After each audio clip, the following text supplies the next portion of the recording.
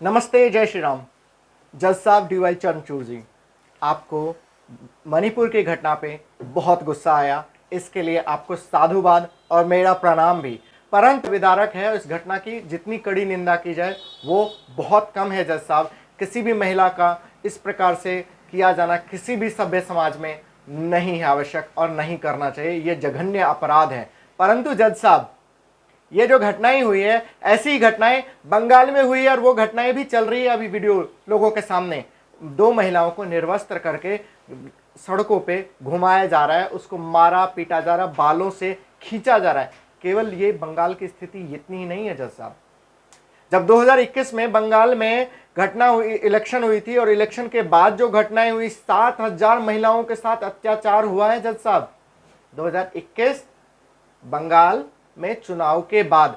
परंतु आपको गुस्सा नहीं आया जज साहब। इसका मुझे प्रश्न है आपसे कि उस समय आपको गुस्सा क्यों नहीं आया।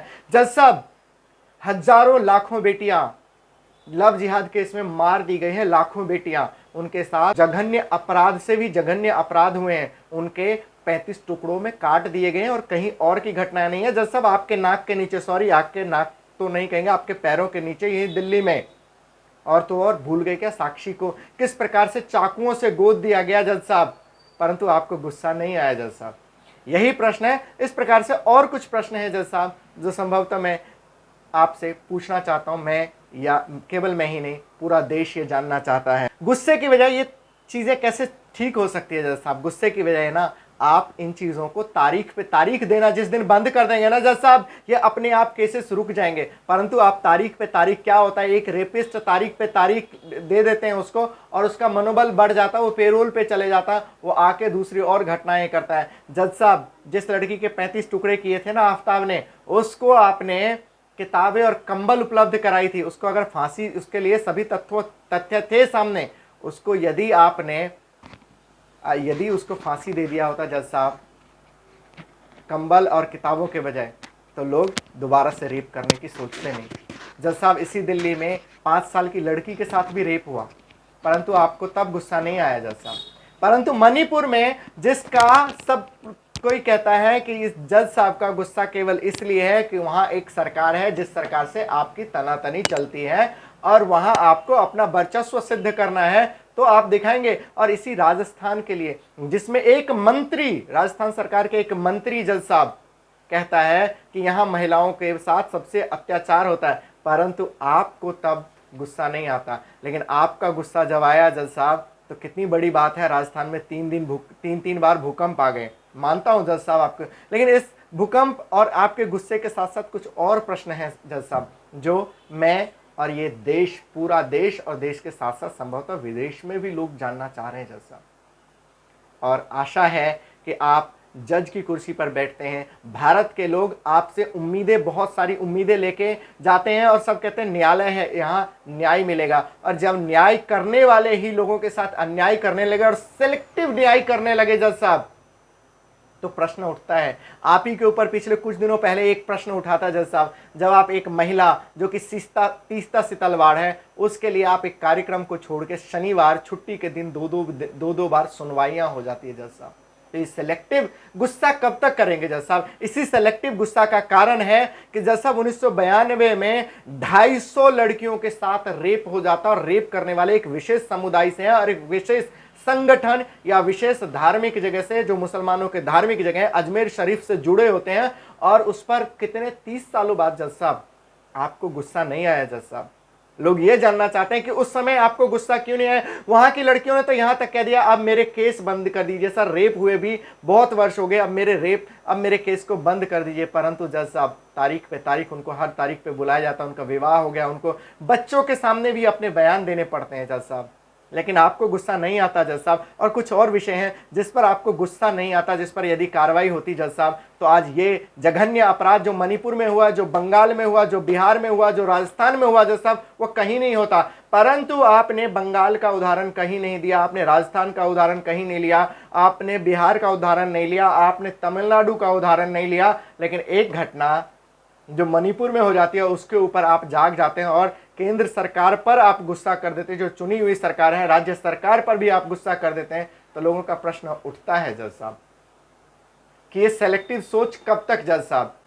जज साहब बहुत बड़ी घटना होती है बंगाल में कई महिलाओं के साथ चुनाव के बाद, और अभी भी आपने हालिया चुनाव देखा होगा, पंचायत चुनाव में बॉम्ब चले हैं जज साहब, गोली बंदूक लाठियां बहुत दूर की बात हो गए। जो नामांकन करने जा रहे हैं, नामांकन करने के बाद और जब मत पेटियां खोली जा रही हैं, मत पेटियों को चुराने के लिए बॉम्ब फेंके गए हैं जज साहब, परंतु आपको गुस्सा नहीं आया जज साहब। क्यों गुस्सा आएगा जज साहब? आप तो एक सेलेक्टिव लोगों के प्रति आप गुस्सा करते हैं, सेलेक्टिव सरकार के प्रति गुस्सा करते हैं जज साहब।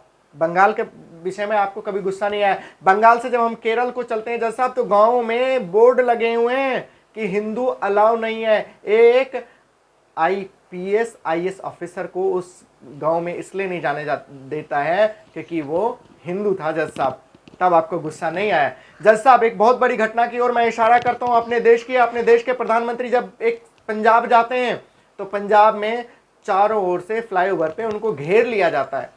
वो राष्ट्रीय सुरक्षा का विषय था जज साहब, कुछ भी हो सकता था, परंतु सरकार वहां क्या है कि ये सरकार नहीं थी वहां, तो आपको गुस्सा नहीं आया जज साहब।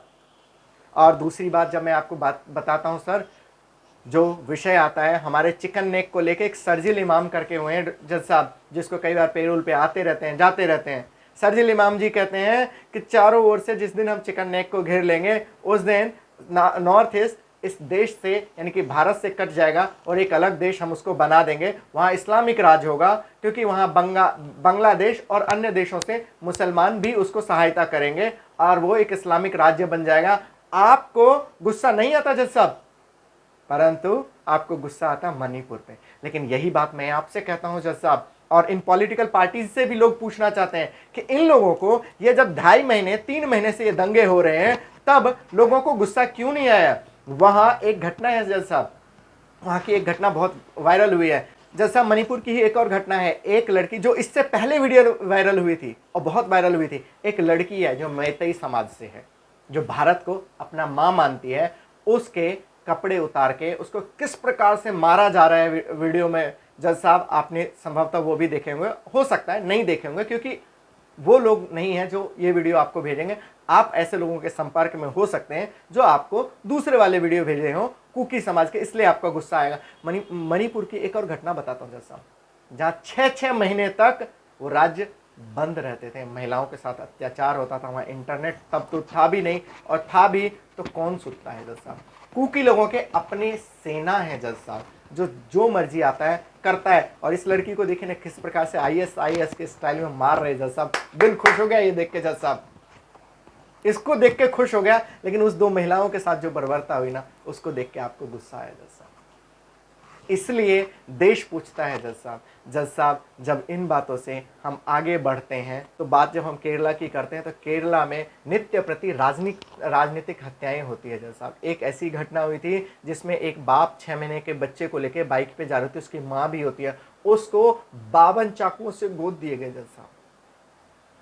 लेकिन क्या मजाल की जज साहब को गुस्सा आ जाए। जज साहब को गुस्सा तो आएगा एक सेलेक्टिव सरकार के प्रति, एक सेलेक्टिव लोगों के प्रति। और हाँ, ये कुकी समाज कौन है, थोड़ा सा इस विषय में मैं बता दूं तो कुकी समाज क्रिश्चियन समाज है, जिसके लिए ये वीडियो वायरल हो रहे हैं, और लोग पॉलिटिकल समाज के लोग इसको वायरल कर रहे हैं। नहीं तो इससे 2 महीने 2.5 महीने पहले से ये दंगे हत्याएं सब कुछ चल रहा था। कुकी लोग क्या मैतेई समाज जो वहाँ का जो जनजातीय समाज है उसको मार रहे थे, तब कोई नहीं जगा है। जब 2 महीने बाद छोटे एक जब इन्होंने मैतेई समाज ने जब हथियार उठाने शुरू कर दिए, तब सोनिया जी बोलती है और राजीव गांधी जी वहां की यात्राएं करना शुरू करते हैं, तब लोगों के ध्यान में आता है।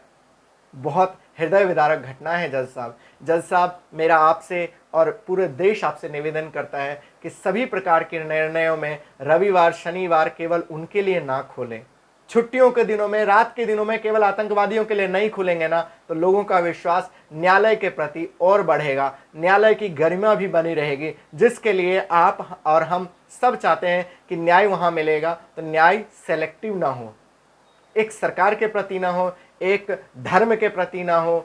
सभी धर्मों का हम कहते हैं सर्वधर्म संभाव, सर्वधर्म समान का हो। जज साहब, यही मेरा आपसे निवेदन है। सबके प्रति आप तो न्यायाधीश हैं, आपसे निवेदन नहीं करूंगा तो किससे करूंगा जज साहब। और आप ही यदि इस प्रकार के सेलेक्टिव सोच और सेलेक्टिव गुस्सा करेंगे, तो जिस दिन आप गुस्सा करते हैं तो राजस्थान में 3 बार भूकंप आ जाता है। अब आप गुस्सा करेंगे तो देश में भी बड़ी भूकंप आ जाएगी जज साहब। तो ऐसा सेलेक्टिव गुस्सा, सेलेक्टिव निर्णय, सेलेक्टिव लोगों के लिए कोर्ट ना खुले, सेलेक्टिव लोगों के लिए शनिवार, रविवार और छुट्टियों के दिन और रात के 3 बजे भी कोर्ट ना खुले, एक आम जनजाति, एक आम जन के लिए भी यदि कोर्ट इस प्रकार से खुलने लगे, उनके लिए निर्णय लेने लगे सुप्रीम कोर्ट, तो संभवतः पूरे देश का विश्वास सुप्रीम कोर्ट के ऊपर या किसी भी कोर्ट के ऊपर, किसी भी न्यायालय के ऊपर जगेगा सर, आपको बहुत सुविधाएं दी जाती है। आपके लिए 8-10 नौकर होते हैं सरकारी सर। आपके लिए गाड़ियां, जब आप निकलते हैं तो सड़कें तक कुछ जगहों पर रोक दी जाती है सर। आपको बहुत सुविधाएं दी जाती है। मणिपुर में रहने वाले लोगों के लिए कोई सुविधाएं नहीं है सर। आपसे निवेदन है कि आप सबको एक ही चश्मे से देखें। आप यहाँ बैठे हुए, आपको सुविधाएं हैं, लोगों के पास सुविधाएं नहीं है वहाँ से यहाँ तक आने के लिए, तो संभवतः आप उन लोगों के लिए थोड़ा दया दृष्टि कीजिए सर। सबके लिए एक समान दृष्टि कीजिए, सबके लिए एक समान निर्णय का प्रबंध कीजिए, तो जज साहब लोगों का विश्वास बढ़ेगा। बस इतना ही आपसे निवेदन है। आशा करते हैं जज साहब ये आप तक पहुँचेगा और आप मेरे प्रार्थना, प्रश्न और प्रणाम को भी एक साथ देखेंगे। नमस्ते, जय श्री राम।